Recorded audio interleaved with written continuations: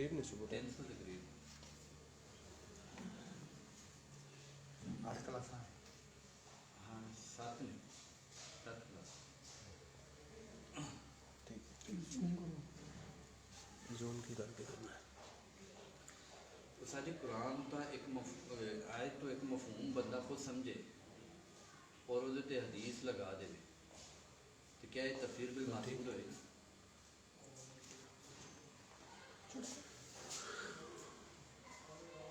نہیں، سوال ہے کہ حدیث تائید کر رہی ہے. حدیث مفہوم کی تحریر کر رہے ہیں. اس معنی تو تفسیر بالمعصور اس سے ہوئی کے بعد حدیثیں تائید کر دیتی ہے ذرا مفہوم کو سمجھ گیا. غور و فکر انسان ظاہر ہے کہ عربی زبان اعتبار نہیں کرتا ہے، لیکن بات حدیث کو تائید کرتے ہوئے جو تفسیر بالمعصور بات کی تفسیر بالمعصور صرف وہی ہے کہ ایک خاص ایک آیت ہے کہ جو رسول اللہ صلی اللہ علیہ وسلم نے اس آیت کے بارے میں فرما دیتا ہے، اگر وہ ہوئے تو بس وہی تفسیر بالمعصور. اس طرح کی چیزیں آپ سے نہیں دیا بہت کٹا ہے. ایسی چیزیں نہیں اللہ رسول نے فرمائی اور ابھی اس معاملے کو ثابت بھی بہت کم ہے. اس وجہ سے بھارت نے امامات نے تفسیر کے بارے میں روایات اس واسطے تفسیر بالمعصور ذرا وہ بالکل اور بات ہے. وہ طریقہ کار یہ ہے کہ روایتیں کٹھیاں کر کے نا تو پھر جی تفسیر ہوئی ہے نا جی انہوں نقل کرو.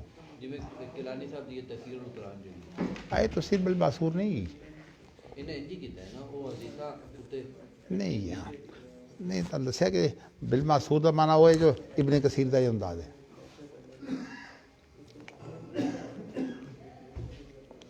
وہ بات نا ساجد حمید صاحب کا میں لیکچر سننا تھا پہ انہیں تھوڑی عوام دی نے وہ کہہ رہے تھے کہ یہ تو وہ اپنا اجتہاد ہے گیا انہیں آپ سمجھا ہے کہ تو اتنے حدیث فٹ کر چڑی یا تو رسول اللہ نے واضح طور پہ خود فرمایا ہوئی تو مراد آ مفسر نے خود اتنے فٹ کی ہے انہوں وہ معصوم کا نام دے رہے نہیں. بات صرف یہ نہیں ہے کہ اگر حدیث چڑھی ہے جی وہ دی تائید کر رہی ہے فٹ کردہ معنی ایک کہ غلط فٹ کی ہے ایک کہ حدیثوں کی تائید کر رہی ہے تفسیر بالمعصور تو ہو گئی نا حدیث کے مطابق تو ہو گئی نا اس معنی سے.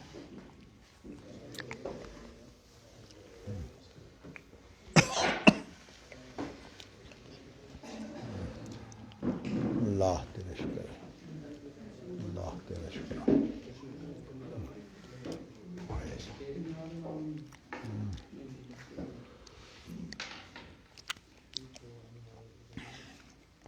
اللہ اکبر.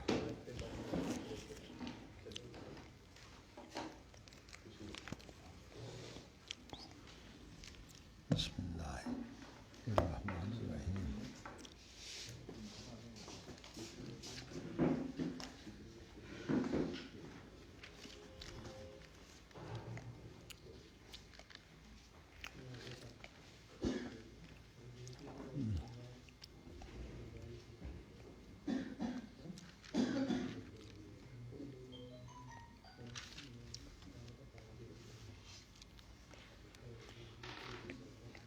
بسم اللہ الرحمن الرحیم.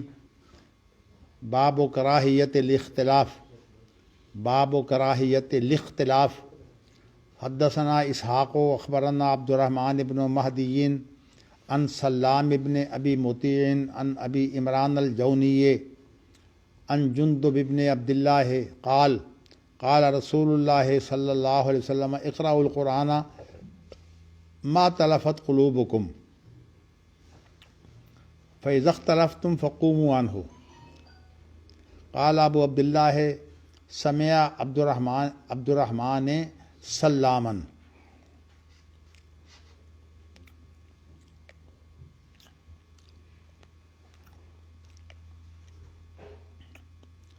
حدثنا اسحاق و اخبرنا عبد الصمد حدثنا حمام حدثنا ابو عمران الجونی عن جندب بن عبد اللہ ان رسول اللہ صلی اللہ علیہ وسلم قال اقرأوا القرآن اتلفت علیہ قلوبکم فإذا اختلفتم فقوموا عنہ. قال ابو عبد اللہ وقال یزید بن ہارون عن ہارون الاحول حدثنا ابو عمران عن جندب عن النبی صلی اللہ علیہ وسلم.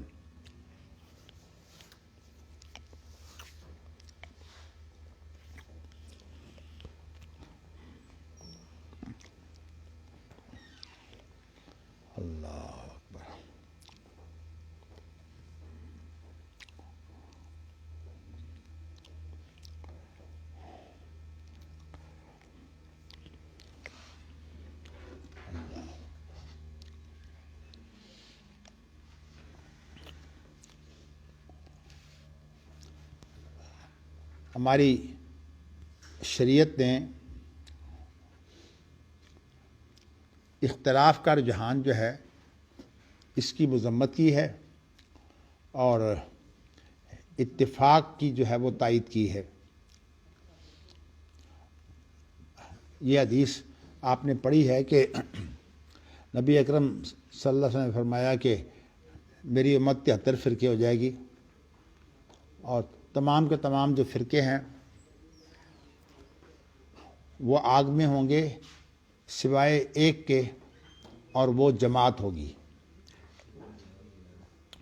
اس میں یہی بات جو ہے وہ یہ واضح کی ہے کہ فرقہ کہتے ہیں جس کا رجحان جو ہے وہ کسی سے الگ ہونے کا ہو، کسی سے الگ ہونے کا جو رجحان ہے اس کو بولتے ہیں فرقہ، اور جماعت کا رجحان ہوتا ہے وہ آپس میں جڑنے کا ہوتا ہے، کہ جڑنے کی جو کوششیں ہیں، اتفاق کی جو کوششیں ہیں، وہ تو جماعت کا مزاج ہے، اور فرقہ کا مزاج ہے کسی سے ٹوٹنا۔ تو شریعت میں یہ جو ٹوٹنے والا مزاج ہے اس کی مذمت ہے، اور شریعت میں جو مزاج ہے نا جڑنے کا، اس کی خوبی ہے۔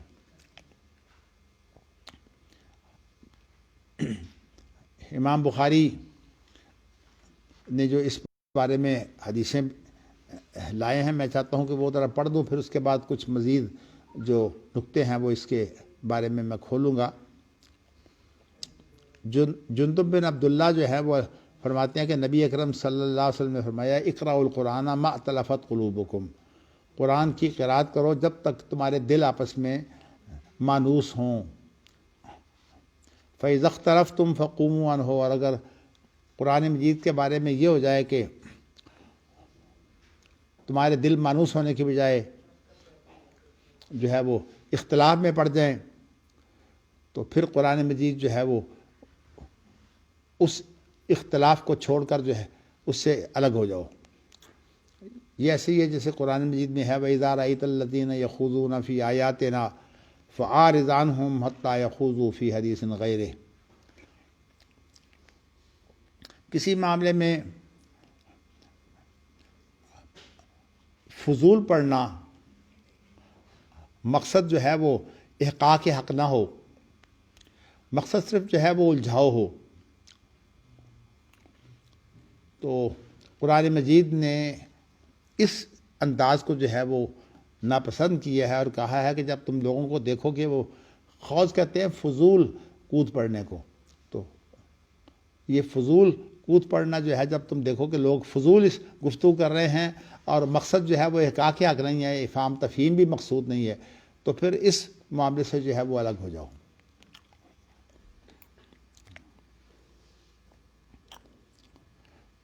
اس کے بعد امام بخاری یہ بیان کرتے ہیں کہ یہاں عبد الرحمن بن مہدی جو ہیں وہ سلام بن ابی متی سے جو روایت کر رہے ہیں ان کے ساتھ ہے، اور ان کا سما جو ہے وہ سلام سے ثابت ہے۔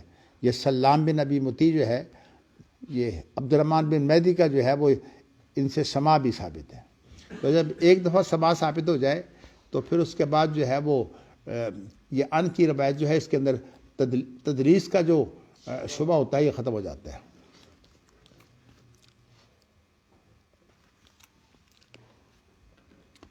حدثنا اسحاق و اخبرنا عبد الصمد، یہ بھی پڑھ لی ہے، اس کے اندر بھی جندب بن عبداللہ ہی ہیں، وہ بیان کرتے ہیں کہ نبی اکرم صلی اللہ علیہ وسلم نے فرمایا کہ اس وقت تک قرآن پڑھو جب تک کہ تمہارے دل آپس میں جو ہیں وہ جڑے رہیں، مانوس رہیں، اور جب اختلاف ہو جائے تو اس سے جو ہے وہ تم اٹھ پڑو، یعنی اس کام کو چھوڑ دو۔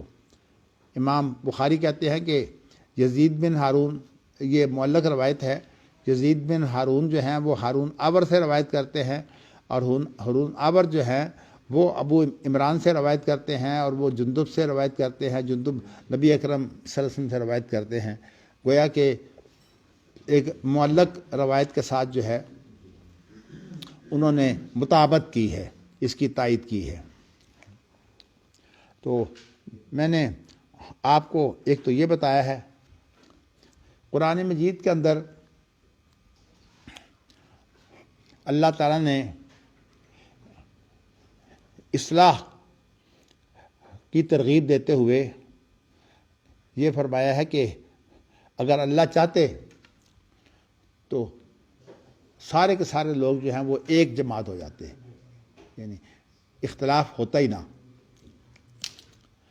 وَلَوْ شَاءَ اللَّهُ لَجَعَلَ النَّاسَ أُمَّةً وَاحِدَةً وَلَا يَزَالُونَ مُخْتَلِفِينَ إِلَّا مَن رَّحِمَ رَبُّكَ وَلِذَٰلِكَ خَلَقَهُمْ، کہ اگر اللہ چاہتے تو تم تمام کے تمام ایک جماعت ہوتے۔ تو اس کے بعد فرمایا ہے کہ لیکن اللہ تعالیٰ کی جو تقدیر ہے اس کے متعلق جو بات ہے وہ یہ ہے کہ وَلَا يَزَالُونَ مُخْتَلِفِينَ، انسانوں کا معاملہ جو ہے وہ تکوینی اعتبار سے یہ رہے گا کہ یہ آپس میں اختلاف کرتے رہیں گے، الا من رحم ربک، اور جن پر اللہ کی طرف سے رحم ہوگا ان کا اختلاف ختم ہو کر جو ہے وہ آپس میں جو ہے وہ مانوس ہوں گے۔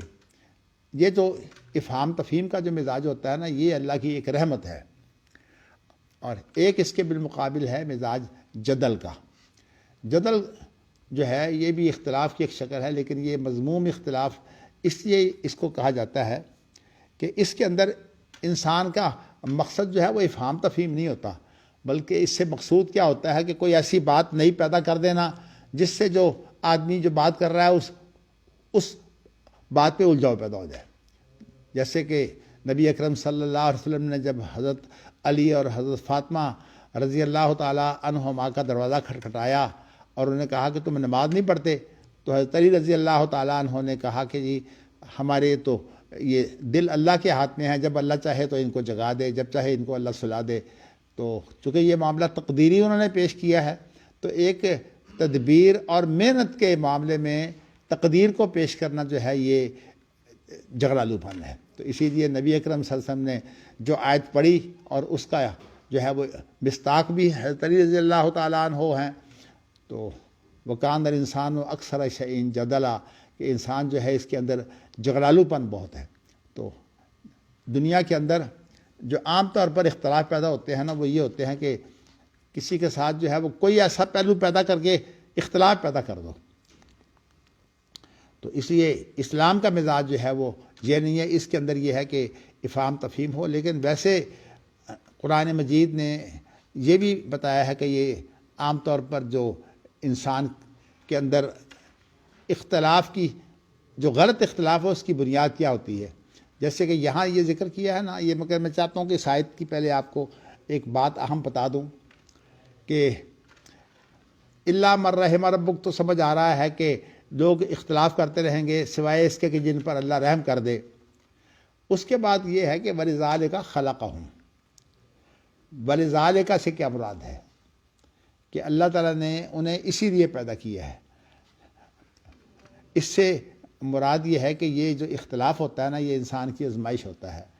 تو اسی آزمائش کے لیے انسان کو اللہ نے پیدا کیا ہے کہ وہ اختلاف سے نکل کر جو ہے وہ اجتماعیت کی طرف آئے، جڑنے کی طرف آئے۔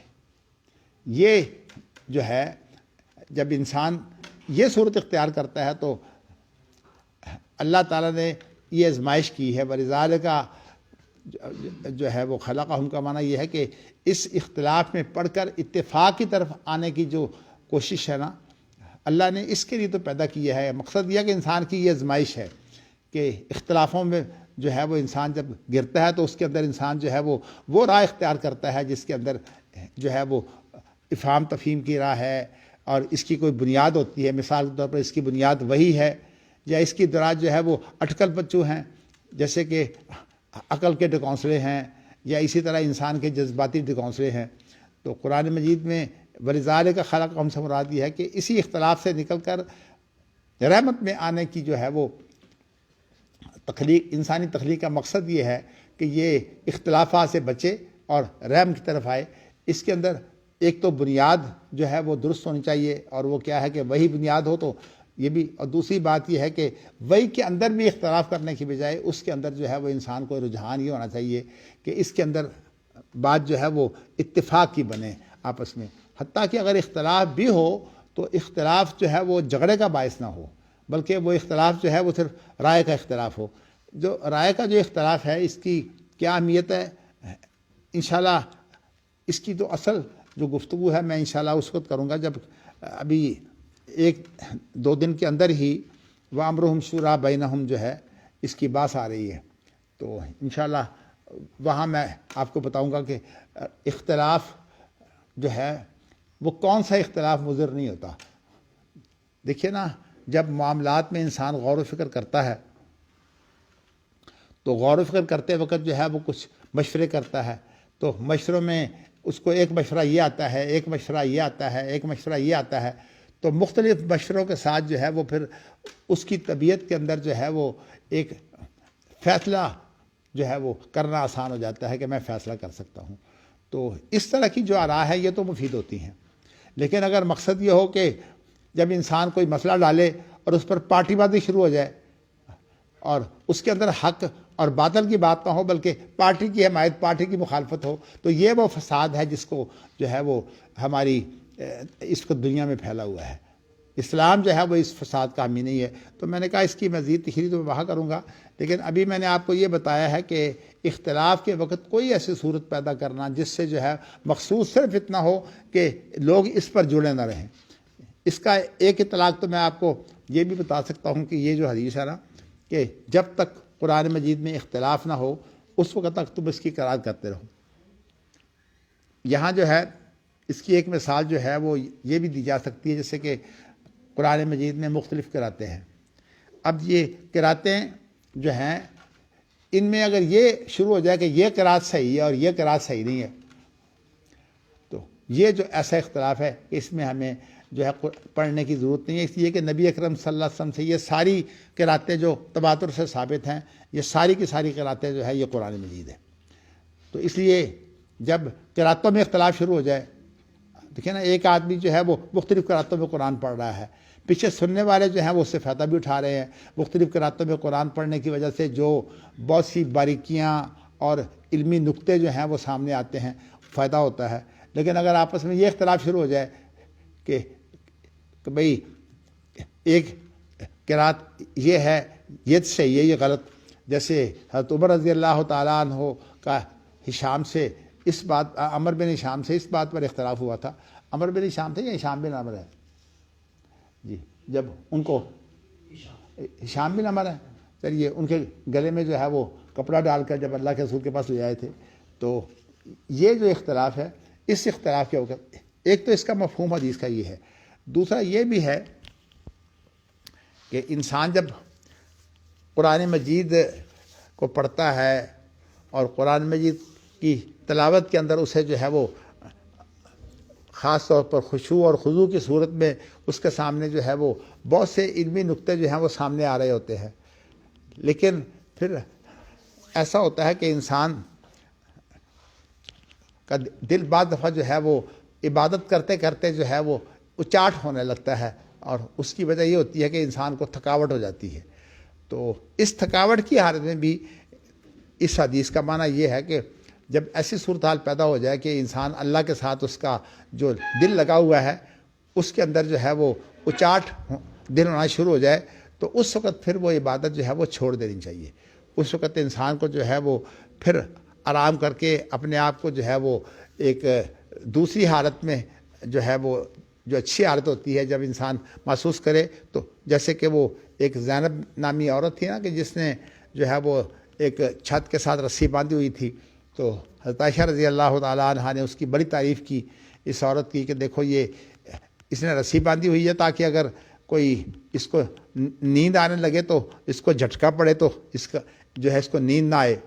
تو نبی اکرم صلی اللہ علیہ وسلم نے جو ہے وہ اس کی تعریف سن کر جو ہے وہ دوسرا پہلو پیش کیا کہ اللہ تعالیٰ جو ہیں وہ اس کو پسند نہیں کرتے جب تک انسان جو ہے وہ اپنے اس حالت میں ہو جب کہ اللہ کے ساتھ اس کا جو ہے وہ دل ملا ہوا ہے اور اس کے اندر خشوع اور خضوع ہے، اور اللہ سے جو ہے وہ جب قرآن پڑھ رہا ہے تو ایسے جیسے کہ اللہ سے جڑا ہوا ہے.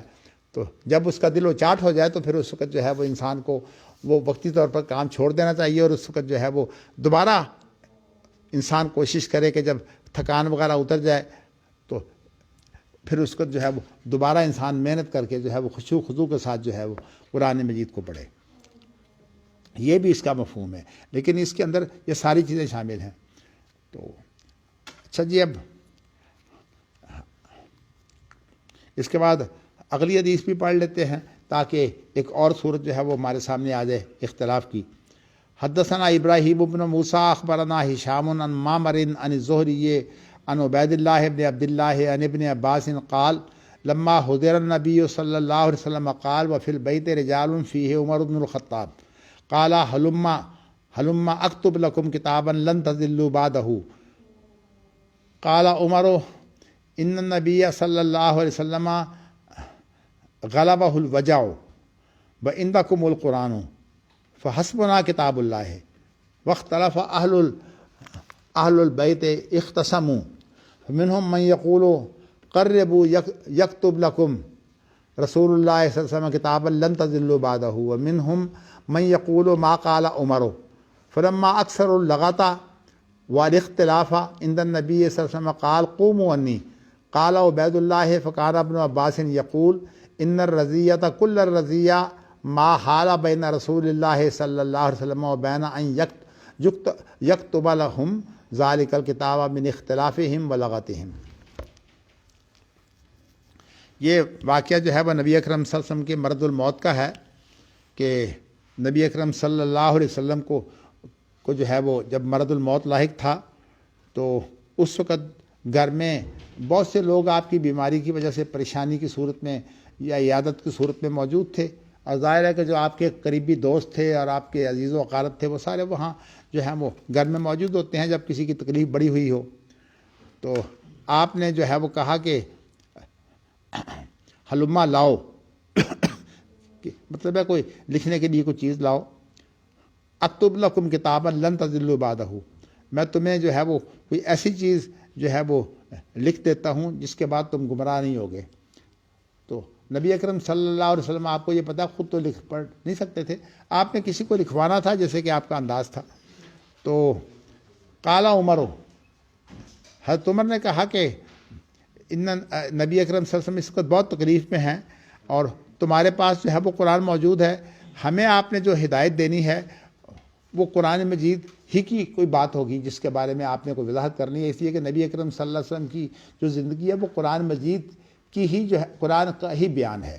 تو اس اعتبار سے جو ہے انہوں نے کہا کہ اس وقت آپ تکلیف میں ہیں، اس چیز میں جو ہے وہ پڑھنے کی ضرورت نہیں ہے.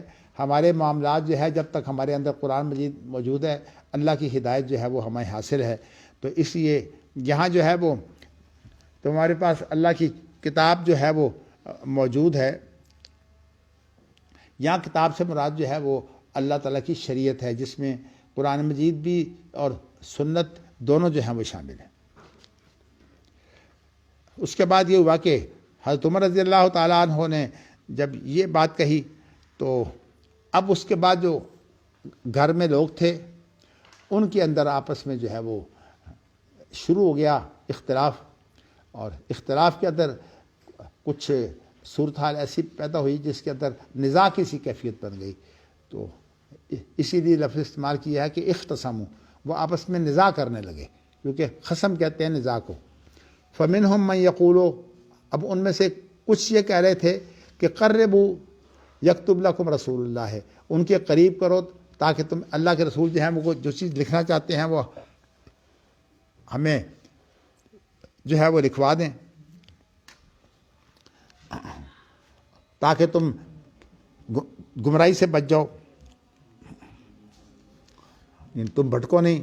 اور بعض یہ کہہ رہے تھے کہ حضرت عمر رضی اللہ تعالیٰ عنہ نے جیسے کہا ہے کہ آپ تکلیف میں ہیں، آپ کو زیادہ تکلیف دینے کی ضرورت نہیں ہے، ہمارے پاس ہدایت کی صورت میں شریعت موجود ہے، ہم شریعت سے جو ہے وہ تمام ہدایات جو ہے وہ لے کر عمل کر سکتے ہیں. نبی اکرم صلی اللہ علیہ وسلم چونکہ بیمار تھے اور بیمار کے پاس جب ایک تو سیدھی سی بات ہوتی ہے کہ سیدھی سی بات بیمار نے کہی ہے تو اس کی بات پر عمل کر لیا جائے تو بیمار کو تکلیف نہیں ہوتی، لیکن اگر وہیں اختلاف شروع ہو جائے تو بیمار اس پوزیشن میں تو ہوتا کوئی نہیں کہ وہ اس اختلاف کا فیصلہ کر کے جو ہے کسی ایک جانب جو ہے وہ فیصلہ کر کے ترجیح دے. تو نبی اکرم صلی اللہ علیہ وسلم کے سامنے جب یہ آیا نا کہ وہاں شور و غوغا ہو گیا آپس میں اختلاف کی صورت میں، تو نبی اکرم صلی اللہ علیہ وسلم نے فرمایا کہ میرے پاس سے اٹھ جاؤ۔ آپ نے جو ہے وہ اختلاف کو سخت ناپسند کیا، اس لیے کہ وہ اختلاف جو نزاع کی صورت اختیار کر جائے، نبی اکرم صلی اللہ علیہ وسلم نے اس اختلاف کو پسند کیا۔ بلکہ عبید اللہ اس روایت میں جو ہے موجود ہیں، جنہوں نے عبداللہ بن عباس سے جو ہے وہ روایت کی ہے۔ ان کے یہ الفاظ ہیں عبید اللہ نے کہ ابن عباس بعد میں یہ الفاظ بھی کہا کرتے تھے، مطلب یہ ہے کہ یہ جو ایک نیا ٹکڑا امام بخاری لا رہے ہیں، یہ حقیقت میں پہلے کے اوپر اضافہ ہے، یعنی اسی روایت کا ایک حصہ ہے۔ تو عبید اللہ یہ کہتے ہیں کہ ابن عباس یہ کہا کرتے تھے کہ ان الرضیہ کل الرضیہ ما حال بین رسول اللہ، کہ مصیبت جو بہت بڑی مصیبت جو تھی وہ یہ تھی کہ جو نبی اکرم صلی اللہ علیہ وسلم اور آپ کی جو لکھنے کے لیے آپ کہہ رہے تھے اس کے درمیان میں حائل ہو گئی۔ اور وہ کیا تھا؟ وہ یہی تھا کہ آپس میں اختلاف شروع ہو گیا اور اس کے اندر جو ہے وہ صورت کچھ نزاع کی سی بن گئی۔ تو اس لیے اس شور نے نبی اکرم صلی اللہ علیہ وسلم کو جو ہے وہ تکلیف میں اضافہ کر دیا اور آپ نے کہا ہو کہ میرے پاس سے اٹھ جاؤ۔ یہ حدیث جو ہے اس کے اندر جو ہے وہ کئی لوگوں نے کئی مغالطے دینے کی کوشش کی ہے۔ ایک تو مغالطہ یہ دیا جا رہا ہے کہ نبی اکرم صلی اللہ علیہ وسلم جو ہیں وہ کسی کی خلافت کے بارے میں دیکھنا چاہتے تھے کہ فلاں میرے بعد جو ہے وہ خلیفہ بنے گا۔ اس کے بارے میں کہا جاتا ہے کہ دیکھیے حضرت عمر حائل ہو گئے۔ سوال یہ ہے کہ اس کے بعد بھی تو نبی اکرم صلی اللہ علیہ وسلم 4 دن زندہ رہے ہیں، اس کے بعد آپ 4 دن زندہ رہے ہیں۔ اگر کوئی بات جو ہے وہ اللہ کی طرف سے تھی تو نبی اکرم صلی اللہ علیہ وسلم 4 دن میں کسی وقت پھر کہہ سکتے تھے بھئی، اس وقت آپ نے موقع چھوڑ دیا کہ اختلاف ہو رہا ہے، کسی وقت آپ پھر لکھوا دیتے۔ اس لیے کہ یا ایھا الرسول بلغ ما انزل الیک من ربک وان لم تفعل فما بلغت رسالتہ، یعنی اللہ کی طرف سے جو کچھ ہے اسے پہنچا دیں، اور اگر آپ نہیں پہنچائیں گے تو آپ نے اپنی رسالت کا کام نہیں کیا۔ اس لیے رسالت کے کام میں تو آپ کوئی بھی جو ہے وہ ایسی چیز نہیں چھوڑنا چاہتے جو آپ کا جو ہے وہ رسالت کا مشن ہو۔ تو کہنے کا مقصد یہ ہے کہ یہ بات جو تھی اس کا تعلق جو ہے وہ کسی شریعت سے نہیں تھا، تو شریعت تو آپ نے جو ہے وہ لازماً پہنچانی ہوتی ہے۔ ہاں اس کا تعلق کوئی ایسی تدبیر ہو کہ نبی اکرم صلی اللہ علیہ وسلم جو ہے وہ لکھوانا چاہتے ہوں، جیسے کہ نبی اکرم صلی اللہ علیہ وسلم نے جو ہے وہ ابوبکر صدیق رضی اللہ تعالیٰ عنہ کے بارے میں جو ہے پہلے کئی اشارے کیے تھے۔ جیسے کہ پیچھے حدیث گزری ہے کہ ایک عورت نے کہا کہ اگر آپ جو ہیں وہ کو میں نہ پاؤں تو پھر میں کس سے آ کے بات کروں، تو کہا کہ ابوبکر صدیق کے پاس آنا۔ تو آپ کو جو ہے ویسے یہ پتہ تھا کہ ابوبکر صدیق جو ہے وہ میرے بعد خلیفہ ہوں گے، لیکن آپ کے لکھنے سے جو الجھن پیدا ہونی تھی وہ یہ پیدا ہونی تھی کہ آپ نے جو لکھا ہے وہ شریعت ہے کہ نہیں، کیونکہ مغالطہ یہ پیدا ہو جانا تھا اگر آپ لکھوا دیتے تو پھر کیا تھا کہ یہ نبی اکرم صلی اللہ علیہ وسلم کی طرف سے جو ہے وہ حکم آ جاتا صریح کہ ابوبکر صدیق جو ہے یہ میرے بعد خلیفہ ہے، گویا کہ آپ جو ہے وہ خود خلیفہ کا تعین کر دیتے۔ تو اس لیے آپ نے جو ہے وہ یہی سوچا کہ تعین آپ کی خواہش تو تھی لیکن اللہ کی طرف سے حکم نہیں تھا۔ تو اس اعتبار سے جو آپ کی خواہش ہے وہ تو طریقوں سے مختلف الفاظ سے جو ہے وہ آ رہی ہے۔ آپ نے اسی طرح جو ہے وہ ایک دفعہ حضرت عائشہ کو اور کے بارے کو کہا تھا کہ تم ابوبکر صدیق کو بلاؤ، میں ان سے کچھ بات کرنا چاہتا ہوں، لیکن پھر بعد میں آپ نے جب ابوبکر صدیق کو نہیں بلایا۔ تو اسی طرح کی کئی چیزیں ہیں۔ اس طرح نبی اکرم صلی اللہ علیہ وسلم نے فرمایا کہ یہ ابوبکر صدیق کی حیثیت یہ ہے، مجھے الفاظ کا اس کو لفظی ترجمہ تو میں نہیں کر رہا، کہ اگر ابوبکر صدیق کے علاوہ کسی اور کو جو ہے وہ بلانے کی کوشش کی گئی تو اللہ بھی انکار کر دے گا اور مومن بھی انکار کر دیں گے۔ تو یہ ساری چیزیں جو ہیں ان میں یہ بتانا چاہتا ہوں کہ نبی اکرم صلی اللہ علیہ وسلم کی اپنی خواہش یہی تھی کہ ابوبکر صدیق جو ہے وہ خلیفہ ہوں، لیکن آپ نے اس لیے اس کے بارے میں جو ہے وہ صراحت نہیں فرمائی لکھ کر یا زبانی کہ اس سے جو ہے وہ پھر اللہ کی طرف سے یہ شریعت بن جاتی ہے۔ تو اس لیے پھر سوال پیدا ہوتا ہے کہ یہ آپ کا حکم جو ہے وہ شرعی ہے یا تدبیری ہے۔ تو اس لیے نبی اکرم صلی اللہ علیہ وسلم نے جو ہے پھر جو چیز اختیار کی ہے وہی اللہ تعالیٰ چاہتے تھے کہ یعنی نبی اکرم صلی اللہ علیہ وسلم کی طرف سے جو ہے وہ کسی کا تقرر نہیں ہوا۔ تو اسی لیے جو ہے وہ حضرت عمر رضی اللہ تعالیٰ عنہ نے جو ہے جب وہ زخمی ہو گئے ہیں تو انہوں نے یہ بات کہی تھی کہ اگر میں کسی کے بارے میں کوئی وصیت نہ کروں کہ فلان جو ہے وہ خلیفہ ہوگا تو یہ نبی اکرم صلی اللہ علیہ وسلم کا طریقہ ہے، اور اگر جو ہے وہ تعین کر دوں تو وہ ابوبکر صدیق کا طریقہ ہے جس میں انہوں نے مجھے متعین کر دیا تھا۔ تو انہوں نے پھر دونوں کو اکٹھا کر کے جو ہے وہ ایک تیسری صورت بنائی تھی کہ جو عشرہ مبشرہ میں سے 7 آدمی باقی رہ گئے تھے، ان میں سے اپنے بنوی کو چھوڑ کر باقی 6 کو جو ہے وہ اس کے اندر مقرر کر دیا اور کہا کہ تم آپس میں کسی کو خلیفہ بنا لو۔ تو کہنے کا مقصد یہ ہے کہ نبی اکرم صلی اللہ علیہ وسلم جو ہے وہ اختلاف کو ناپسند کیا کرتے تھے۔ چلیے اختلاف کی بعض صورتیں جو ہیں جو شریعت کے اندر بری نہیں ہیں ان کا ذکر جو ہے وہ بعد میں آتا ہے، پہلے ایک باب جو ہے وہ آپ یہ پڑھ لیں۔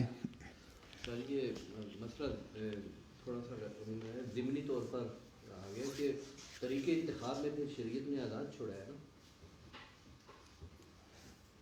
بات یہ ہے کہ امرهم شورا بینہم کے اندر یہی بات آئے گی ساری، میں نے اس لیے وہ بات جو ہے وہ وہاں کے لیے رکھ دی ہے، کیونکہ وہاں مقصد یہ ہے کہ مسلمانوں کی بامی شورا جو ہے ہر کام میں بامی شورا ہوگی، جو اجتماعی معاملات ہوں گے ان میں شورا ہوگی۔ اب یہ بھی وہاں تعین ہوگا کہ کس میں شورا ہے اور کس میں نہیں ہے۔ تو وہ ساری چیز جو ہے میں چاہتا ہوں کہ اسی وقت آپ کے سامنے جو ہے وہ رکھوں۔ چلیے جی، اب ویسے تو آپ کو یہ پتہ ہے کہ امام بخاری جو اہل الحدیث کا طریقہ تدوین ہے اس کے اندر یہ ہوتا ہے کہ وہ ایک پہلو صرف بطور مسئلہ کے پیش کر دیتے ہیں اور اس کے بعد پھر جو آگے حدیث لاتے ہیں اس حدیث کے اندر اسی پہلو کے بارے میں جو ہے کوئی نہ کوئی جو ہے وہ ہدایت موجود ہوتی ہے۔ تو اس اعتبار سے جو مجتہدین ہیں علماء ان کے لیے تو کام یہی ہے کہ ایک پہلو جو ہے وہ اجاگر کریں، پھر اس کا جواب جو ہے وہ حدیث سے لیں۔ تو یہ طریقہ تو چلا آ رہا ہے، لیکن ویسے جو اس وقت ہم جب بخاری پڑھ رہے ہیں تو چونکہ بخاری خود صراحت نہیں کرتے، ایک چیز کو جو ہے وہ سوال کے طور پر ایک مسئلے کے طور پر پیش کر دیتے ہیں اور اس کا جواب بھی اپنی زبان سے دینے کی بجائے کہتے ہیں حدیث میں تلاش کرو۔ انہیں اپنے اجتہادات جو ہے حدیثیں سامنے رکھ کر یہ بتایا ہے کہ اس پر تم خود محنت کرو کہ ان حدیثوں سے جو اجتہاد کا جواب کیسے مل رہا ہے۔ تو اس لیے یہ پہلو جتنے بھی آپ کے سامنے آتے ہیں تو اس سے مقصود یہ ہے کہ مجتہدین کا تو ایک پہلو ہوتا ہے، لیکن جو نبی اکرم صلی اللہ علیہ وسلم کے ارشادات ہیں وہ میں آپ کو کئی دفعہ بتا چکا ہوں کہ ان کے اندر جامعیت ہوتی ہے، وہ بہت جامع ہوتے ہیں اور اس کے اندر ایک بات کے اندر 20 باتیں جو ہیں وہ ان کا جواب آ جاتا ہے۔ تو اب یہ باب ہے باب و نہی النبی صلی اللہ علیہ وسلم علی التحریم الا ما تعرف اباحتہ وکذالک امرہ نحو قولہ حین احلوا اصیبوا من النساء۔ چلیے حدیث بھی ساتھ پڑھ لیتے ہیں۔ وقال جابر ولم یازم علیہم ولکن احلہن لہم وقالت ام عطیہ نہینا عن اتباع الجنازۃ یا جنازۃ ولم یوزم علینا۔ حدثنا المکی بن ابراہیم عن ابن جریج قال عطاء وقال جابر قال ابو عبداللہ وقال محمد بن بکر وقال محمد بن بکر حدثنا ابن جریج اخبرنی عطاء سمعت جابر بن عبداللہ فی اناس معه قال احللنا اصحاب رسول اللہ صلی اللہ علیہ وسلم فی الحج خالصا لیس معه عمرۃ۔ قال عطاء قال جابر فقدم النبی صلی اللہ علیہ وسلم صبح رابعۃ مضت من ذی الحجۃ فلما قدمنا امرنا النبی صلی اللہ علیہ وسلم ان نحل وقال احلوا واصیبوا من النساء۔ قال عطاء قال جابر ولم یعزم علیہم ولكن احلہن لہم فبلغه انا نقول لما لم يكن بيننا وبين عرفة الا 5 امرنا ان نحل الى نسائنا فناتي عرفة تقطر مذاكيرنا المزية. قال ويقول جابر بيده هكذا وحركها فقام رسول الله صلى الله عليه وسلم فقال قد علمتم أني أتقاكم لله وأصدقكم وأبركم ولولا هدي لحللت كما تحلون فحلوا فلو استقبلت من أمري ما استكبرت ما أهديت فحللنا وسمعنا وأطعنا. جی یہ ایک واقعہ ہے. حدیث میں پہلے ترجمہ اس لیے کر دیتا ہوں تاکہ جو باب کی وضاحت ہے وہ ذرا اچھی طرح ہو سکے گی. اس میں ایسا ہے کہ جابر بن عبداللہ جو ہے وہ بیان کرتے ہیں جی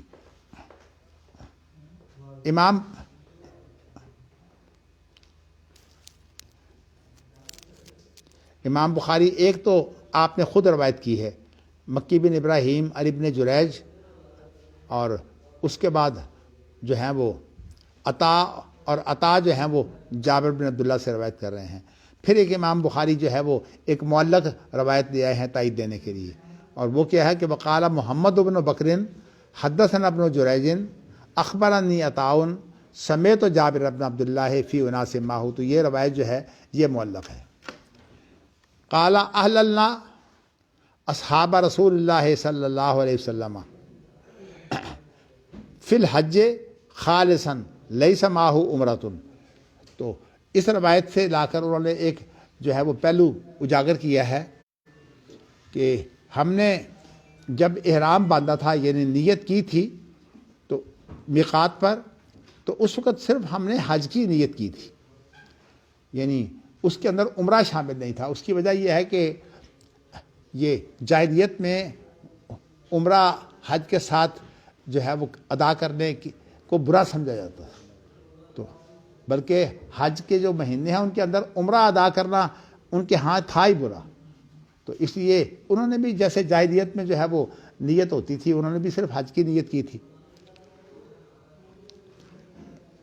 تو اس کو ذکر کرنے کے بعد پھر قال عطاء قال جابر. اب پھر جو ہے وہی روایت جو قال عطاء قال جابر ہے نا اب اس روایت کا جو باقی حصہ ہے اس کو روایت کر رہے ہیں کہ عطاء نے کہا کہ جابر نے یہ فرمایا کہ جابر نے کہا کہ نبی اکرم صلی اللہ علیہ وسلم جو ہے وہ 4 تاریخ کی صبح کو جو ہے وہ مکہ پہنچے تھے. یعنی 4 دن جو ذی الحجہ سے گزر چکے تھے یعنی 4 ذی الحجہ مراد ہے یعنی چوتھا دن تھا نا 4 دن گزر چکے تھے اس لیے کہ رات بھی گزر چکی تھی. تو رات گزرنے سے آدھا دن تو ویسے ہی گزر جاتا ہے. تو 4 دن گزر چکے تھے ذی الحجہ سے. فلما قدمنا اور جب ہم جو ہے وہ آپ کے پاس یعنی مطلب ہے اکٹھے ہو گئے سارے کے سارے پہنچ گئے تو امرنا النبی ان نحل. تو نبی اکرم صلی اللہ علیہ وسلم نے ہمیں جو ہے وہ حکم دیا کہ طواف اور سعی کے بعد کہ تم سب کے سب جو ہے وہ حلال ہو جاؤ. تو آپ نے ہمیں حکم دیا. وقال احلوا واسیبوا من النساء. آپ نے ہمیں حلال ہونے کا بھی حکم دیا اور ساتھ یہ بھی کہا کہ اپنی عورتوں سے جو ہے وہ جو میاں بیوی کا تعلق ہوتا ہے تم یہ تعلق قائم کرو یعنی آپ نے حکم دیا. قال عطاء عطا یہ کہتے ہیں کہ جابر نے اس بات کی جو ہے صراحت کی ولم یعزم علیہم. یہ حکم ایسا نہیں تھا جس کے اندر کوئی جو ہے وہ زور پایا جائے یعنی حکم کے اندر جو ہے وہ زور نہیں تھا. یعنی اب یہی بات امام بخاری جو ہے وہ اس سے نکالنا چاہتے ہیں نا کہ جس حکم کے اندر جو ہے وہ زور نہ ہو اس کا شریعت میں کیا مقام ہے. اچھا ولیکن احلہن لہن یعنی ان کا مقصد زور دینا نہیں تھا بلکہ مقصد یہ تھا کہ حلال ہونے پر زور تھا. اس لیے کہ نبی اکرم صلی اللہ علیہ وسلم یہ چاہتے تھے کہ جو جاہلیت کا جو معاملہ ہے اس کو صاف کریں کہ اس ان مہینوں میں، حج کے مہینوں میں جو ہے وہ عمرہ ہو سکتا ہے. یہ غلط کام نہیں ہے. میں نے بتایا نا جاہلیت میں جو ہے وہ عمرہ نہیں کیا جاتا تھا حج کے ساتھ، حج کے مہینوں میں نہیں کیا جاتا تھا. چلیے جی. فبلغہ، اب آپ کو یہ بات پہنچی، انا نقول، اب یہ صحابہ کی بات پہنچی ہے نا، اس لیے اس کے اندر کون پہنچانے والا ہے؟ یہ مراسیل صحابہ میں سے جو ہے، مراسیل صحابہ جو ہیں وہ ان کے اندر کوئی حرج نہیں ہوتا. تو فبلغہ انا نقول، آپ کو یہ بات پہنچی کہ ہم یہ کہہ رہے ہیں آپس میں، یعنی ہماری آپس کی بات یہ ہے، لما لم یکن بیننا نسائنا، ہمارے اور عرفہ کے درمیان صرف 5 دن باقی رہ گئے ہیں، تو آپ نے ہمیں حکم دے دیا کہ ہم جو ہے وہ حلال ہو جائیں. حالانکہ ہم نے 10 دن پہلے گزارے ہیں سفر میں، اگر 5 دن یہ اور پورے ہو جاتے تو کیا فرق پڑتا تھا؟ لیکن آپ کا جو مقصود تھا وہ تو اصل میں ایک شرعی مسئلے کی صورت جو ہے وہ آپ نے واضح کرنی تھی نا، تو اس لیے آپ نے تو یہ کام کرنا ہی تھا. تو اب آپس میں بات کرنے لگے، اور چونکہ آپس کی بات ہوتی ہے تو آپس کی جو بات ہوتی ہے خاص طور پر صحابہ جو تھے بڑے کھڑے ہوا کرتے تھے، جب اس طرح کی باتیں کرتے تو کھری بات جو ہے وہ کہہ دیتے. تو کہا کہ ہمیں حکم دیا ہے کہ ہم حلال ہو جائیں، اور حلال بھی ہم کس طرح ہوں کہ اپنی بیویوں کے ساتھ ہم تعلق قائم کریں. تو پھر اس کے بعد ہم عرفہ میں جب آئیں گے تو ہمارے جو مذاکیر آپ سمجھتے ہیں مراد، اس سے وہی جگہ ہے، وہی آلہ ہے جو جس کو آلہ تناسل کہتے ہیں. تو ہمارے جو اس طرح کے جو آلے ہیں وہ جو ہیں وہ مزی کے قطرے گرا رہے ہوں گے. تو ویسے اس روایت میں تو لفظ مزی آیا ہے، بعض روایات میں لفظ منی بھی آیا ہے. اصل میں بات یہ ہے کہ مزی اور منی کا وقت ایک ہی ہوتا ہے. یعنی میں آپ کو یہ شاید بتا چکا ہوں کہ چونکہ منی کود کے نکلتی ہے تو اس لیے اس کے نکلنے سے پہلے جو ہے وہ ایک ہوتی ہے چیز، کوئی سفید رنگ کی لیسدار، تو وہ چیز ایسی ہوتی ہے کہ وہ ناری کے اندر آ کر جو ہے وہ ناری کو تر کر دیتی ہے. لیکن اگر شہوت زیادہ ہو تو پھر یہ باہر بھی نکل آتی ہے. تو اس لیے حتیٰ کہ جب زیادہ نکلنے لگے تو یہ اس کو پھر بیماری بھی کہتے ہیں. یعنی یہ 3 چیزیں ہیں جن جب زیادہ ہو جائے تو ان کو کہتے ہیں جریان. ایک ہے کہ ودی وہ ہوتی ہے جب ہم پیشاب کرتے ہیں تو اس سے پہلے جو ایک چیز آتی ہے جو پیشاب کی ناری کو تر کرنے کے لیے ہوتی ہے، تو وہ تو ہوتی ہے ودی.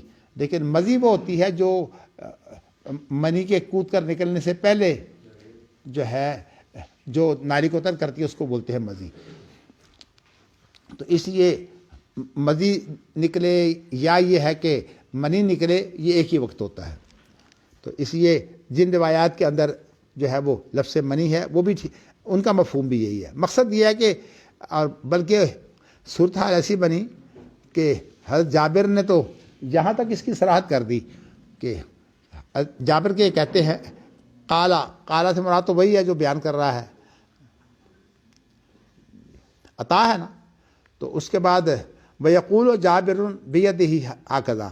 اب عطا جو ہے وہ بیان یہ کرتے ہیں کہ جابر نے تو ہاتھ سے اشارہ کر کے بھی اس بات کو جو ہے وہ، یہ دیکھو نا، اب آپ میں سے بہت سے کمارے ہیں لیکن پھر بھی چلیے بات تو واضح ہو جائے. یہ کیا ہے؟ شادی شدہ لوگ سمجھتے ہیں. مقصد اصل میں یہ ہے کہ جب منی کود کر نکلتی ہے تو اس وقت جو ہے وہ اس طرح سے اٹھان ہوتی ہے اعلیٰ تناسل. تو انہوں نے جابر نے ہاتھ سے اشارہ بھی کر دیا. وحرکہا، اس انگلی کو حرکت دی. یہاں انگلی کا ذکر تو نہیں ہے، یہاں یہ بھی ہو سکتا ہے. یہ چلیے ہاتھ سے اشارہ کر دیا. مقصد یہ ہے کہ جب یہ منی نکلتی ہے تو اس وقت یہ کود کر نکلتی ہے، تو اس وقت جو ہے وہ اٹھان ہوتی ہے پیچھے سے. من ماء دافق، کود کر نکلنے والا پانی. جی. فقام رسول اللہ صلی اللہ علیہ وسلم، تو اللہ کے رسول کھڑے ہو گئے. فقال قد علمتم انی اتقاکم للہ و استقکم و برکم. تم یہ جان چکے ہو کہ میں تم سب سے زیادہ پرہیزگار ہوں اور تم سب سے زیادہ سچ بولنے والا ہوں اور تم سب سے زیادہ جو ہے وہ نیکی کا اہتمام کرنے والا ہوں. اگرچہ جو بر ہے یہ حقوق کی ادائیگی ہے، لیکن اس کے اندر اللہ کے حقوق بھی ہوتے ہیں، بندوں کے حقوق بھی ہوتے ہیں. تو اس لیے حقوق کو سب سے زیادہ ادا کرنے والا. ولولا ہدی، اگر میرے ساتھ قربانی نہ ہوتی تو لا حلال تو کما تحلون، میں حلال ہو جاتا جس طرح کہ تم حلال ہو رہے ہو. مقصد یہ تھا کہ ابھی میں تمہیں زبان سے کہہ رہا ہوں، اگر میرے ساتھ قربانی نہ ہوتی تو میں بھی یہ کام کرتا کہ میں بھی اس کو تمتع بنا لیتا. فہلو، پس تم حلال ہو جاؤ. فلو استقبلت من امری ما استدبرت ما هدیت، اگر مجھے پہلے یہ پتہ ہوتا کہ جو مجھے اب معاملہ پیش آیا ہے تو میں پھر قربانی اپنے ساتھ نہ لاتا. اس لیے کہ جب قربانی کوئی ساتھ لے آئے تو اس کے لیے جو ہے وہ قران بن جاتا ہے. اور تو اس لیے کہ قران کے اندر قربانی ہوتی ہے، اور جو قران کے علاوہ دوسری قسم حج کی تمتع اس کے اندر بھی قربانی ہوتی ہے. لیکن قران کے اندر جو ہے وہ عمرہ حج اکٹھے ہونے کے باوجود جو ہے وہ قربانی ہوتی ہے. تمتع کے اندر عمرہ الگ ہوتا ہے اور حج الگ ہوتا ہے، پھر قربانی ہوتی ہے. اور جو حج افراد ہے یہ اس کے اندر قربانی ہوتی نہیں. تو یہ 3 قسمیں حج کی ہیں. تو ان کے متعلق 2 کو تمتع کہتے ہیں. تمتع کا معنی یہ ہے کہ اس کے اندر حج کے ساتھ عمرے کا بھی فائدہ اٹھا لیا گیا، اس لیے اس کو تمتع کہتے ہیں.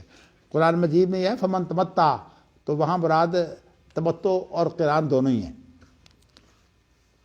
جی اب امام بخاری نے اس حدیث کو بیان کر کے اس کے اوپر جو عنوان جو قائم کیا ہے، امام بخاری نے یہ بتایا ہے کہ جو اللہ کے رسول کی ممانت ہے نا، یہ ہوتی تو حرمت کے لیے ہے، لیکن جب ممانت کے بعد آپ جو ہے وہ کسی چیز کی اجازت دے دیں تو پھر جو ہے وہ اجازت کو دیکھا جائے گا کہ یہاں اجازت جو ہے اس کے قرائن دیکھے جائیں گے اور اس کا انداز دیکھا جائے گا کہ اس سے مراد کیا ہے. تو امام بخاری یہ بتانا چاہتے ہیں کہ قرآن مجید میں بھی جیسے ہے نا کہ جب تم احرام کھول دو تو تم شکار کرو، تو یہاں شکار کرنا واجب نہیں ہے. وَإِذَا حَلَلْتُمْ فَاصْطَادُوا، تو یہاں جو ہے وہ اباحت کے لیے ہے. تو یہی بات جو ہے وہ امام بخاری نے اس حدیث کے ذریعے سے جو ہے یہ عنوان باندھ کر یہ بات کی ہے کہ نہ ہی ہوتی تو تحریم کے لیے ہے، لیکن جو چیز جو ہے وہ ہمارے عرف میں جو ہے وہ یعنی جب اس کے بعد نئی کے بعد جو ہے وہ کوئی حکم آ جائے تو وہ حکم جو ہے وہ عرف کے مطابق دیکھا جائے گا. اگر عرف میں وہ مباح ہو تو مباح ہی مراد ہوگا. کرینے کی کوئی بھی شکل آ جائے، ہاں جی، تو مباح مراد ہوگا. مقصد یہ ہے کہ دیکھا جائے گا کہ عرف میں اس کا مفہوم جو ہے وہ کیا ہے. الا ما تعرف اباحتہ وکذالک امرہ نحو قولہ، اسی طرح آپ کا جو حکم جو آپ کے اس ارشاد میں ہے ہینا احلو، جب انہوں نے جو ہے وہ جب حلال ہو گئے تو آپ نے فرمایا اسیبو من النساء، عورتوں کے ساتھ جو ہے وہ معاملہ کرو. تو یہاں اسیبو امر ہے نا، لیکن مراد جہاں جو ہے وہ واجب نہیں ہے، یہاں مراد اباحت ہے. تو اسی لیے جابر بن عبداللہ کے یہ الفاظ ہے نا ولم یعزم علیہم، ان پر جو ہے زور نہیں دیا. مقصد یہ ہے کہ یہ چیز جو ہے یہ اباحت کے لیے ہے. تو اب یہاں میں آپ کو جو ہے بتانا چاہتا ہوں نا، ظاہری جو ہے وہ چونکہ الفاظ کے پیچھے ہوتے ہیں، اس لیے وہ بڑے دھوکے کھا جاتے ہیں. اسی لیے میں نے آپ کو یہ بتایا ہے کہ ابن حزم کے نزدیک جب ایک حکم ہو اور اس حکم کی کوئی تفصیل جو ہے وہ بعد میں آ جائے تو وہ تمام کی تمام تفصیل میں ہر چیز جو ہے وہ واجب ہوگی. جیسے کہ اب کہتا ہے کہ صلو کما رأیتمونی اصلی، تم نماز پڑھو جس طرح کہ تم مجھے دیکھتے ہو. یہ اللہ کے رسول صلی اللہ علیہ وسلم کا ارشاد ہے نا، تم نماز پڑھو جس طرح مجھے دیکھتے ہو کہ میں جو ہے وہ نماز پڑھتا ہوں. اب کیا مراد ہے اب اس کے بعد اس کی تفسیر کیا ہے کہ نبی اکرم صلی اللہ علیہ وسلم نے جو نماز پڑھی ہے اس کے اندر پہلے آپ نے قیام کیا ہے، پھر آپ نے رکوع کیا ہے، پھر اس کے بعد آپ نے قومہ کیا ہے، پھر اس کے بعد آپ نے سجدے کیے ہیں، پھر سجدوں کے درمیان بیٹھے ہیں، پھر اس کے بعد تشہد بھی، یہ ساری نماز کی تفسیر ہے۔ اب سوال یہ ابن حزم کے نزدیک اب تمام چیزیں واجب ہیں، کیونکہ وہ کہتا ہے کہ صلو کما رأیتمونی اصلی جو ہے یہ حکم تھا، اس کی پوری تفصیل جو ہے وہ وجوب کے لیے ہے۔ لیکن جمہور کہتے ہیں کہ نہیں، ہر چیز اس کا جو مقام تھا وہ لوٹ آئے گی۔ مطلب یہ ہے کہ یہ جو کیا میں بات بیان کر رہا تھا، چیز جس کا جو مقام تھا ہاں وہی مقام اس کا ہوگا۔ یعنی مطلب یہ ہے کہ اگر نہیں، میں نے آپ کو جو مثال دی تھی وہ یہی دی تھی، سلو کے بارات میں تو میں نے جب یہ مثال دی ہے تو معنی یہ ہے کہ اب اس کے بعد کمار آئے تو وہ سلوی کے اندر یہ بات شامل ہے کہ نبی اکرم صلی اللہ علیہ وسلم جب کوئی اعمال کرتے تھے تو ان اعمال کا درجہ کیا ہوتا تھا، تو معنی یہ ہے کہ ان اعمال کا جو درجہ تھا وہ درجہ لوٹ کے آئے گا، یہ نہیں کہ تمام اعمال جو ہے واجب ہو جائیں گے۔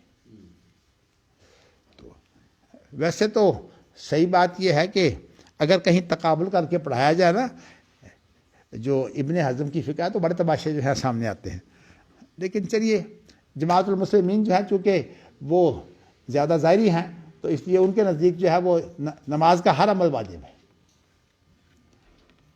حالانکہ حدیث جو مسیح الصلاۃ ہے اس کے ساتھ واضح ہوتا ہے کہ جو چیزیں مسیح الصلاۃ میں ہیں وہ تو تمام چیزیں واجب ہیں، اور ان سے جو ہے وہ نماز ہماری پوری ہو جاتی ہے۔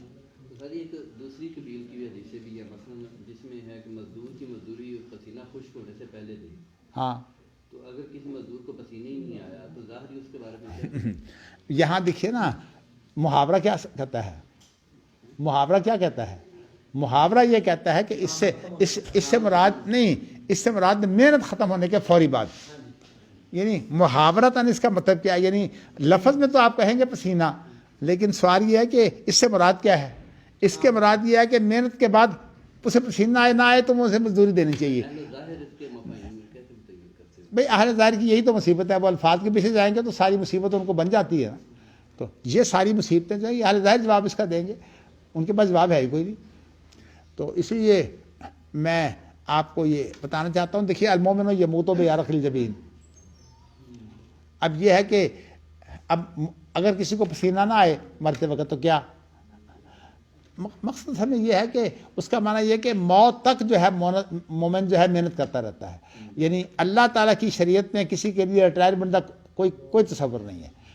یا ایھا الانسان انک کادح الی ربک کدحا فملاقیہ، اللہ سے ملاقات تک جو ہے اس کی محنت۔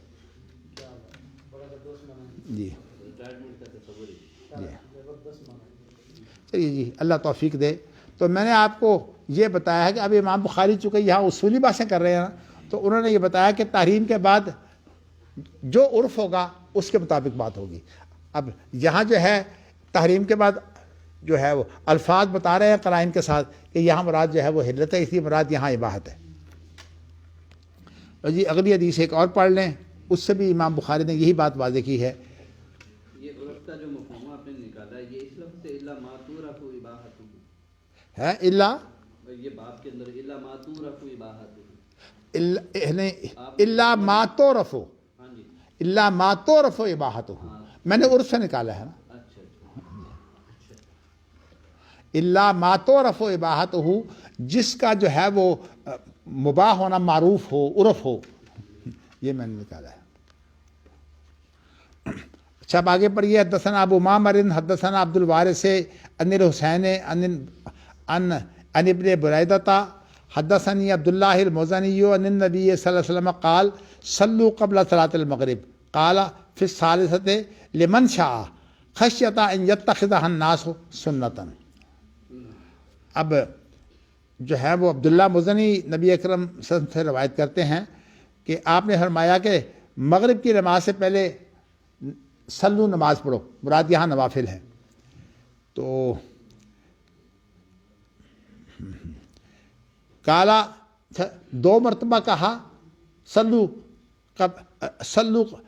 قبل صلاۃ المغرب، اور پھر تیسری دفعہ کہا لمن شاء،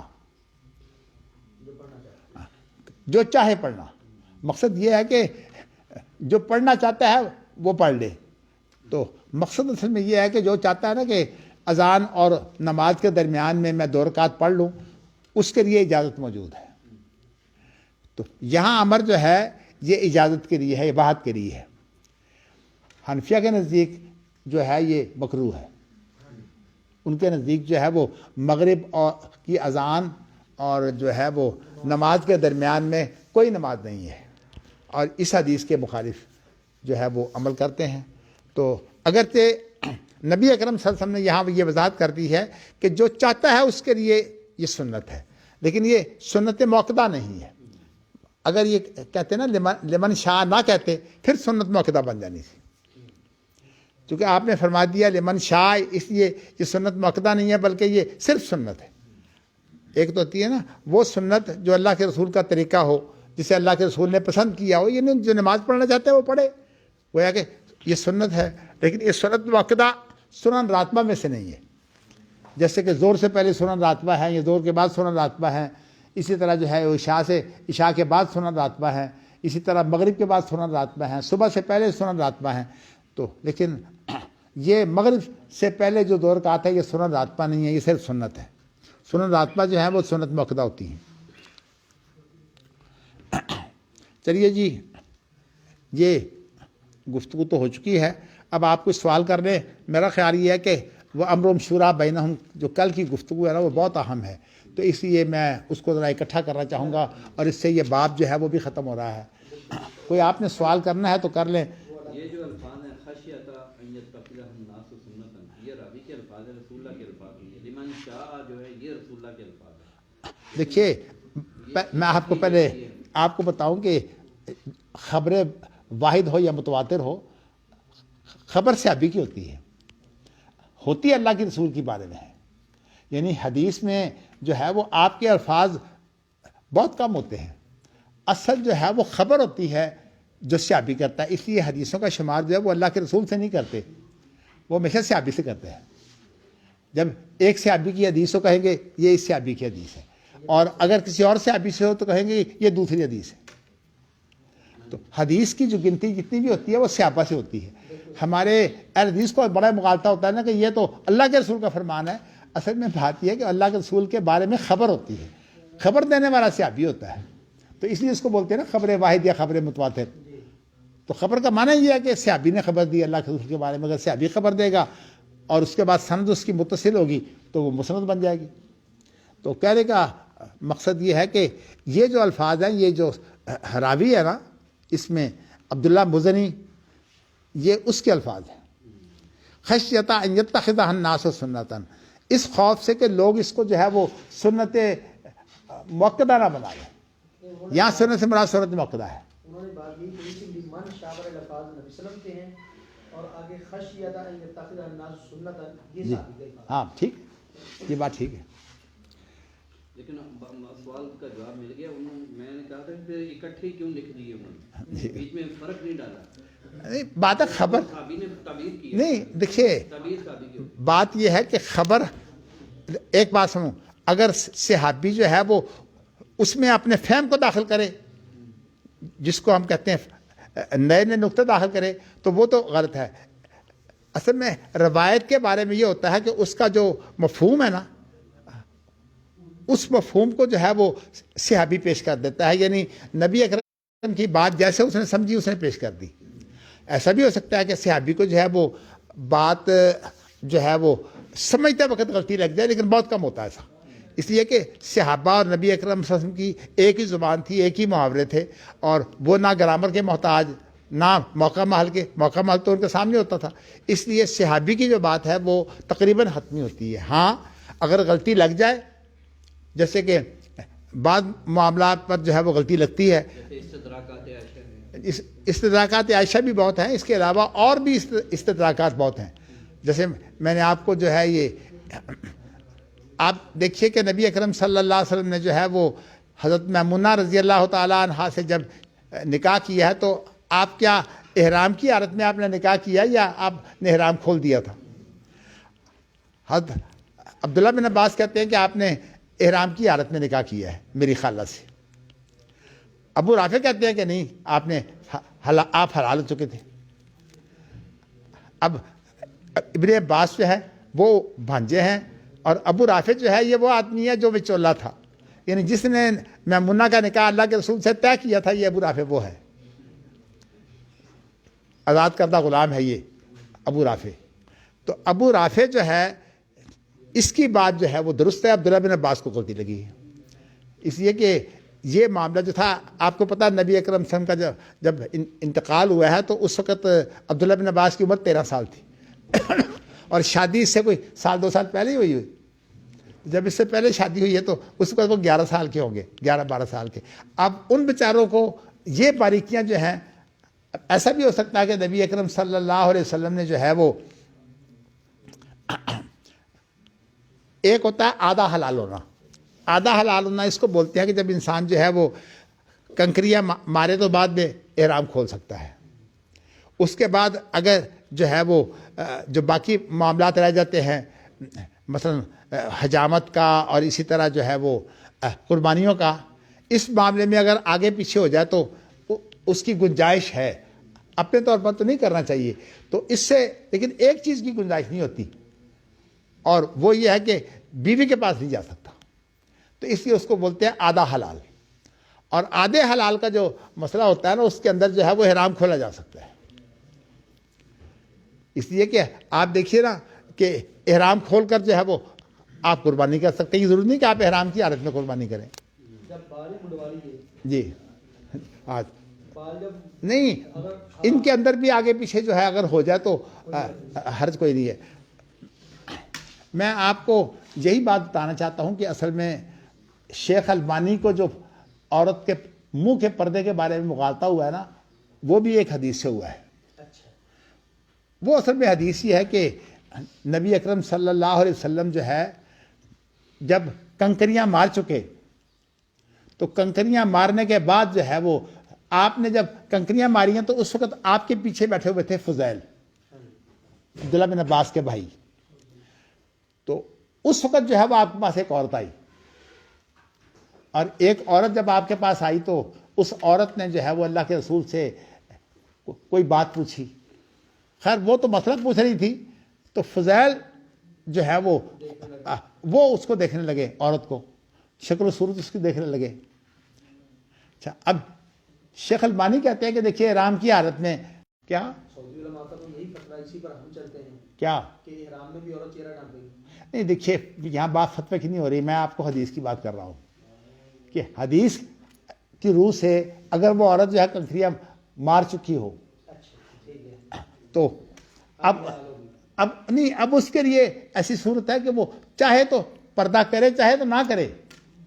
یہ بات تو یہاں بات یہ ہے کہ نبی اکرم صلی اللہ علیہ وسلم جو ہے اگر وہ بھی کنکریاں مار چکے ہوں اور اسی طرح وہ عورت بھی کنکریاں مار چکی ہو اور پھر آپ سے وہ مسئلہ پوچھتی ہو، ظاہری معلوم بھی ایسا ہی ہوتا ہے.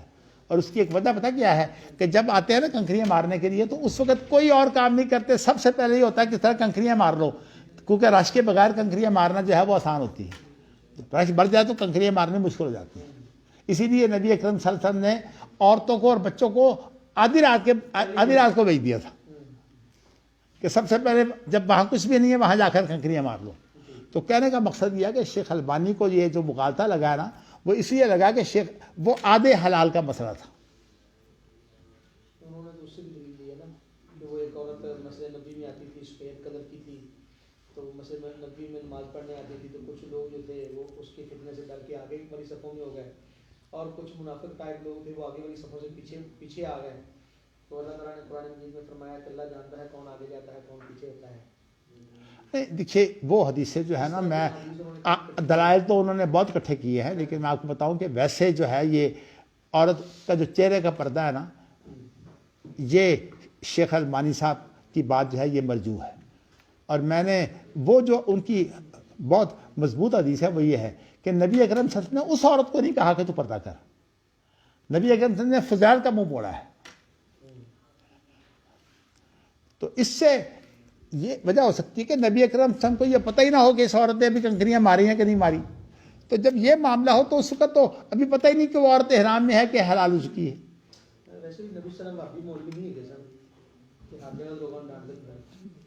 جی آپ ذرا غور کریں اس کو, آپ کو جو ہے وہ شیخ البانی کی یہ جو کمزوری ہے نا دلیل کی وہ سمجھ آئے گی. ویسے تو اس وقت